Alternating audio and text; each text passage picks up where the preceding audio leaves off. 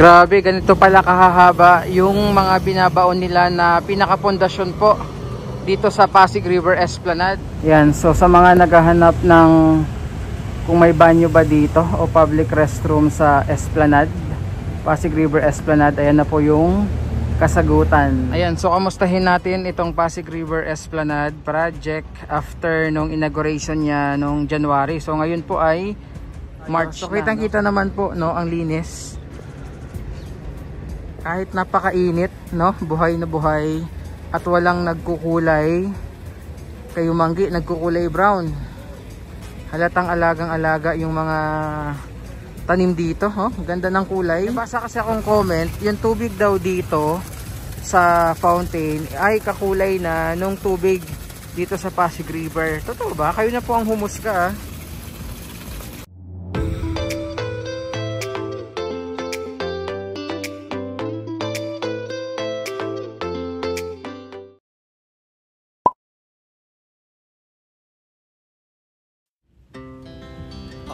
Speed to the city streets, we began to feel the fire.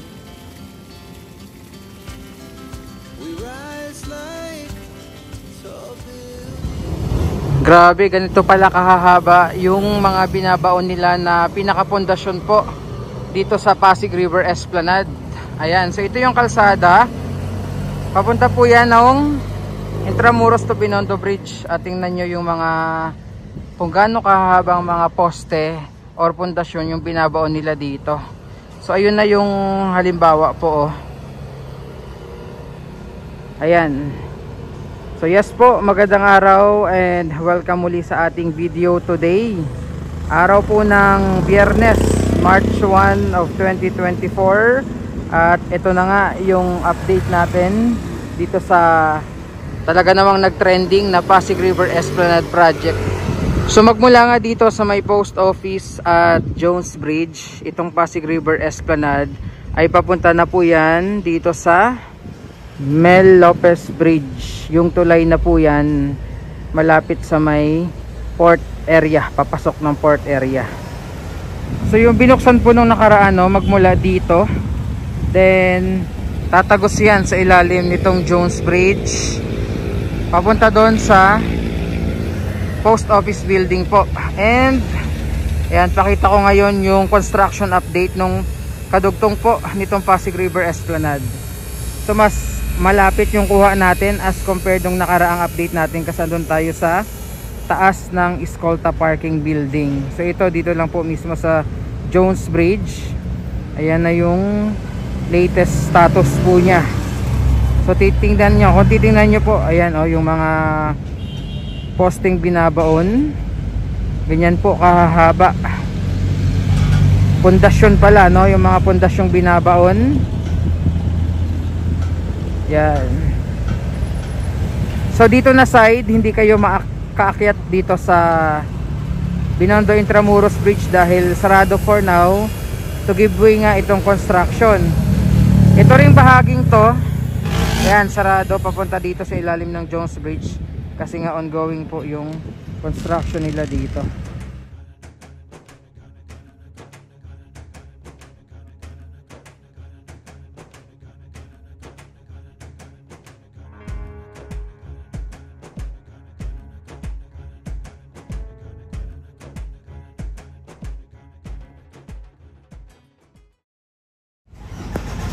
Yan, so sa mga naghahanap ng kung may banyo ba dito o public restroom sa Esplanade, Pasig River Esplanade, ayan na po yung kasagutan.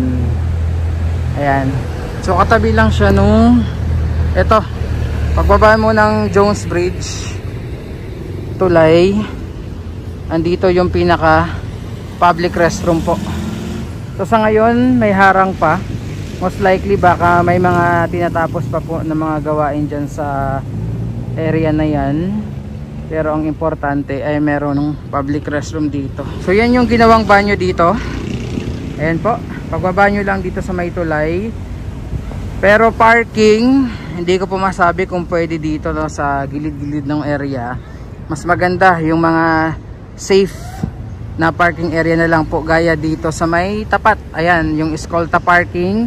Nandyan tayo nung nakaraan, dyan tayo nag-video sa pinaka tok-tok. So ang gagawin nyo lang, tatawid kayo dito sa tulay. Yan, papunta po dito kung gusto nyo pong pumunta. So ang oras natin ay 3:30 ng hapon. Check natin, kakamustahin natin yung Esplanade kung nami-maintain ba yung itsura niya hanggang ngayon. Ayan, so kamustahin natin itong Pasig River Esplanade project after nung inauguration niya nung January. So ngayon po ay March na, no? Ito yung mga tanim sa gilid. Ayan, alagang-alaga at namumulaklak na nga yung mga gumamela. Pati itong mga kalachuchi namumulaklak na rin. Ayan, at grabe, tingnan nyo, napakalinis. Ganda kasi, sobrang linis. Ayan, kudos sa ating mga security personnel na nagbabantay dito. Mainit pa po, kaya wala masyadong tao. Baka mamaya pa, hindi ko lang sigurado po. Then pagsilip natin sa Pasig River, ayan, may mga konti, no? May mga konting kalat.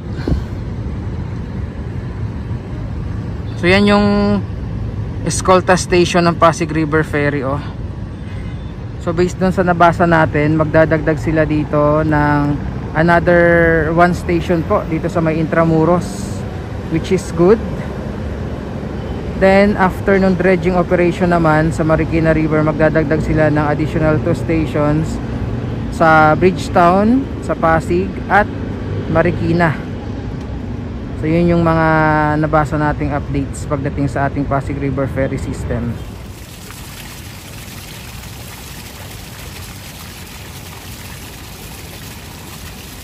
Okay, so lakad tayo. So kitang-kita naman po, no, ang linis.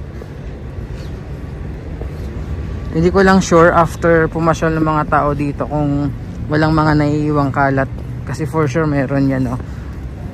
Pero merong mga nagmi-maintain naman po dito. Ayan, no?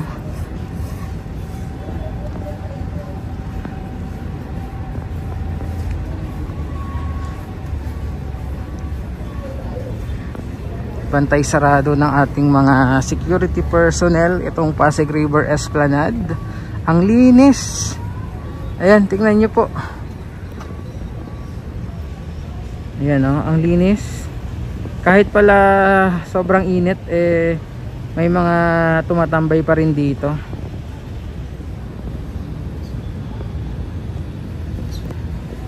So may mga, aside sa mga naglilinis, meron din pong mga nakatoka para magdilig po nitong mga pananim dito, yung mga halaman, no, mga bulaklak. Kasi tingnan nyo naman, ang ganda ng tubo, kahit napakainit, no, buhay na buhay at walang nagkukulay. Kayo manggi, nagkukulay brown. Halatang alagang-alaga yung mga tanim dito, oh. Ganda ng kulay, maging mga damo ay hindi nagkukulay brown, alaga sa dilig. At tingnan nyo yung mga bulaklak. So this is after nung inauguration po, no? Naganap yung inauguration January of 2024 and ngayon po ay March 1 na. So binuksan nila yung fountain. Yan, silipin natin. Yan, wala naman po mga kalat dito sa fountain ng Pasig River Esplanade.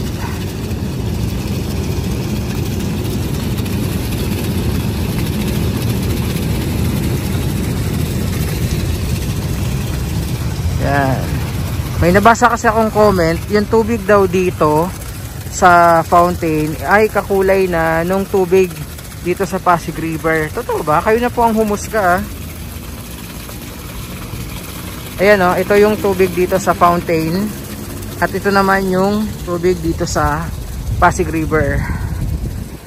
So kayo na lang po ang humusga. Nabasa ko lang yun sa isa sa mga comments.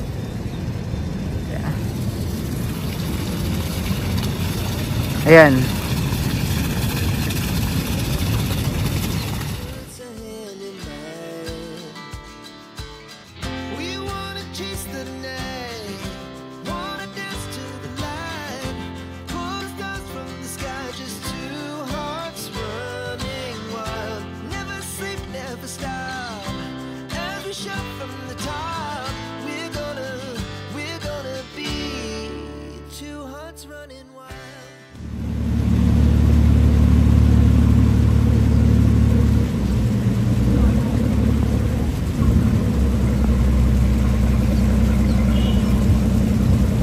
Grabe, bugbog na yung ano, ferry. So padaong na yan dito sa last station.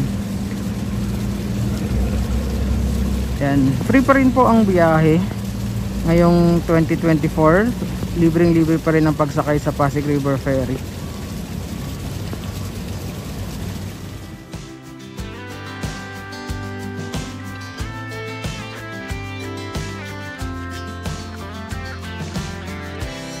Now the morning is the afternoon.